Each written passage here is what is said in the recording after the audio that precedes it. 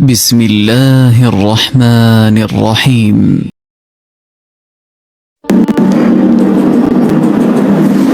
Parang naalala ko si Ibrahim ibn Adhan. Isa sa mga dahilan kung bakit ang mga tao na hindi na dinidinig ni Allah ang kanilang dua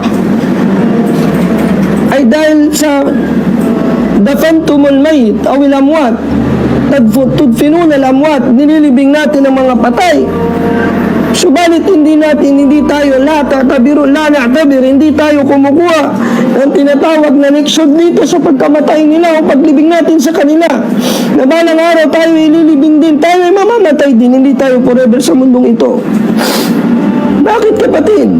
Sinasayang natin ang ating mga oras sa mga walang katuturan. Sinasayang natin ang bawat oras, wallahi, every segundo na yan. Kung ginamit natin sa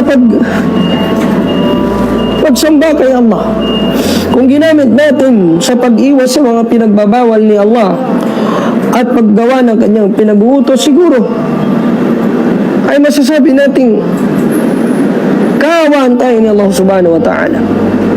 Subalit kapatid sa Islam, ang ginagawa natin ay sinasayang natin ang bawat segundo ng ating oras. Wallahi, ang oras na yan ay hindi na kailanman magbabalik sa iyo. Ang kahapon ay hindi na kagaya ngayon at ang bukas ay hindi magkatulad.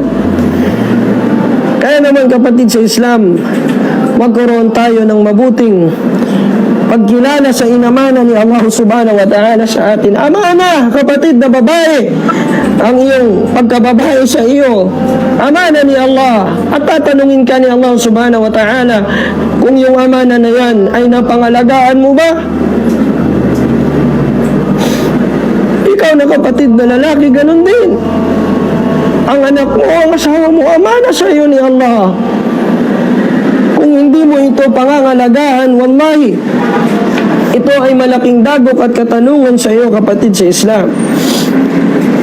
Dapat mong ibigay ang amana na ito at huwag kang mabilang doon sa mga mangmang na lumalapastangan sa kalooban ni Allah. Mangmang na nga, pero ayaw pa rin sumunod sa kalooban ni Allah. Mangmang na nga sa katotohanan ng dahil sa clouded na ang kanilang mga paningin sa katotohanan ni Allah subhanahu wa ta'ala.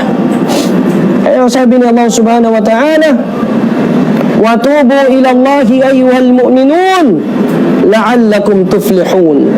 At magbalik loob kayo kay Allah subhanahu wa ta'ala o mga mu'minun upang kayo ay maligtas, upang kayo ay maging successful, magtagumpay. Nangangahulugan ng tagumpay kapatid sa Islam ay doon sa pagtatawba kay Allah. Wala kang dapat na ipagmayabang sa mundong ito. Ang degree mo, ang diploma mo, hindi pa yan ang dapat mong ipagmayabang dahil wala ka pa sa Jannah. Hindi ka pa dumarating sa paraiso.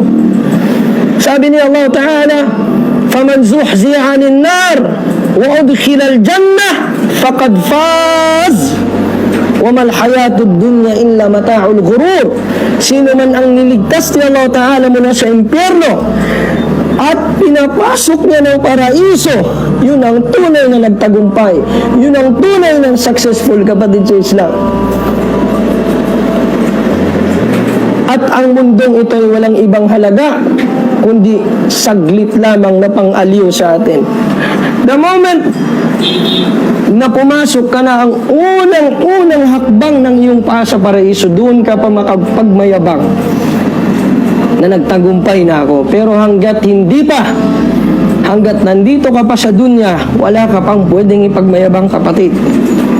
Kasi subject ka pa kapatid sa punishment kung hindi ka kaawaan o ni Allah subhanahu wa ta'ala. Kaya wala tayong dapat ipagyabang. La ilaha illallah. Ipagmamayabang natin na tayo ay mayaman na, tayo ay may mga pera na, tayo ay may mga la ilaha illallah Muhammadur Rasulullah. Ipagmamayabang mo ang tribo mo o kami ay mga syarif, kami ay mga relative ng Rasulullah, mga apo ng Nabi. Hindi yan ang ipagmamalaki mo. La ilaha illallah Muhammadur Rasulullah. Sapagkat ang pinaka tinatawag na marangal kay Allah Ta'ala, ayun pa rin mas mataas ang takot sa Kanya. Inna akramakum indallahi atqakum.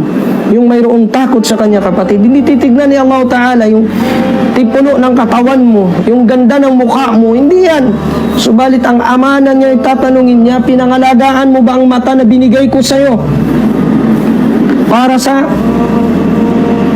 pagsamba sa akin, pag-alala sa akin? Pinangalagaan mo ba ang bibig mo, ang tenga mo, ang kamay mo, ang paa mo? Lahat ba yan? Amana ko yan sa iyo. Ayun, kapatid sa Islam. Ang anak mo, ang asawa mo, amana yan sa iyo. Ang ilm mo rin ay amana din sa iyo, kapatid sa Islam.